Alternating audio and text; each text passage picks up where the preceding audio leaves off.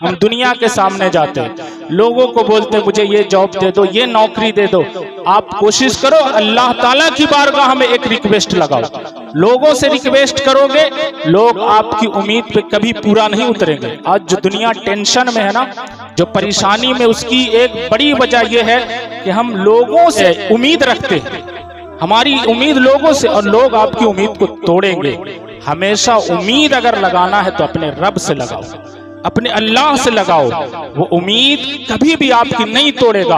अगर वो दे देगा आपको दुनिया में तो दुनिया की भलाई हो जाएगी, अगर वो नहीं देगा यहाँ तो आखिरत की भलाई हो जाएगी। लेकिन लोग क्या है, दे देंगे तो एहसान जताएंगे, नहीं देंगे तो बुरा भला कहेंगे। यानी आपको कहीं से चारा नहीं है। इसलिए उम्मीद अपने रब से लगाओ। रिस्क मांगना है अपने रब से मांगो, फिर वो ऐसे ऐसे दरवाजे खोल देगा जहां से आपको उम्मीद तक नहीं होगी। आपको अंदाजा भी नहीं होगा कि आखिर मेरी किस्मत इतना बदल क्यों गई। बहुत से लोगों ने देखा होगा कि 5 साल पहले मेरी क्या हालत थी, आज अल्लाह ने मुझे कहां पहुंचा दिया है। ये गौर करते हैं हम कभी सोचते हैं कि जब हम 20 साल 22 साल के थे तो हमें अपने खाने का भी पता नहीं था कि मेरा खुद के खाने का इंतजाम कैसे होगा। लेकिन वही कुछ साल गुजरे, हमारी वजह से पूरा घर खा रहा है। इतना अल्लाह ताला बदल देता है तो गुमान नहीं हो। लेकिन हम क्या गौर नहीं करते, सोचते नहीं कि हमारी जिंदगी कैसे बदल रही है। अल्लाह ताला का अगर करम नहीं होता ना तो आपकी जिंदगी वहीं रहती जहां आप 5 साल पहले थे, 10 साल पहले थे। इसलिए उम्मीद उसी से लगाओ, लोगों से लगाओगे, लोग आपकी उम्मीद को तोड़ेंगे, आपके दिलों को तोड़ेंगे, आपके दिल के साथ खेलेंगे। बताया जाता है कि हारून रशीद बादशाह के दौर में किसी इंसान का कत्ल हो गया। जो अपनी उम्मीद अल्लाह से लगाता है ना, उसकी जमानत के लिए दुनियादार नहीं बल्कि परवरदिगार।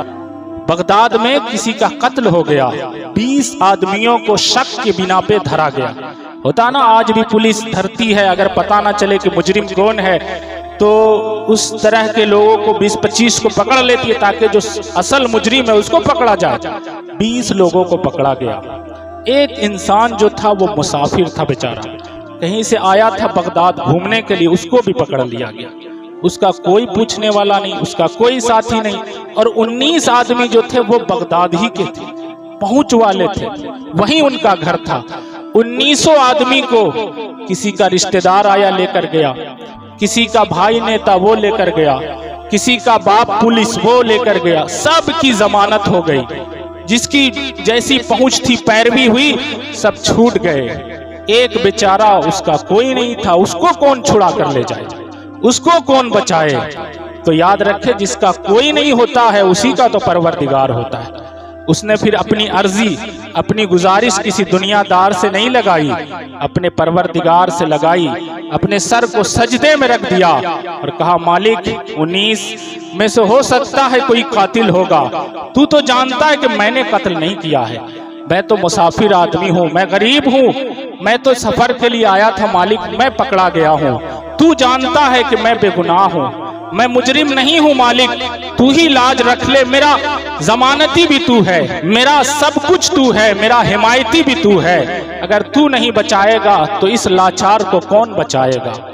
अब परवरदिगार से उम्मीद बांधी है उसने, दुनियादार से बांधता तो टूट सकती थी, लेकिन परवरदिगार से उम्मीद लगाई है। बादशाह के ख्वाब में एक आवाज आती है। हारून रशीद अपने वक्त का मशहूर बादशाह, एक गैब से आवाज आती है, तू बिस्तर पे आराम कर रहा है, एक मेरा प्यारा बंदा तेरे जेल में तड़प रहा है, फौरन उठ और उसको रिहा कर। हारून रशीद फौरन बेदार हुआ और जेल की तरफ दौड़ पड़ा। चारों तरफ चक्कर लगाया, छानबीन किया, देखा एक कोने में एक सादा सा इंसान है, सजदे में रोने की आवाज आ रही है और यही कह रहा है कि मेरा हिमायती भी तू है, मेरा जमानती भी तू है, मेरा सब कुछ तू है, मेरा तू ही तू है, परवरदिगार तेरे अलावा कोई नहीं है। जल्दी से हारून रशीद ने उनको अपने सीने से लगाया और समझ गया कि यही इंसान है जिसके बारे में गैब से आवाज आई है, और फिर घर ले गया।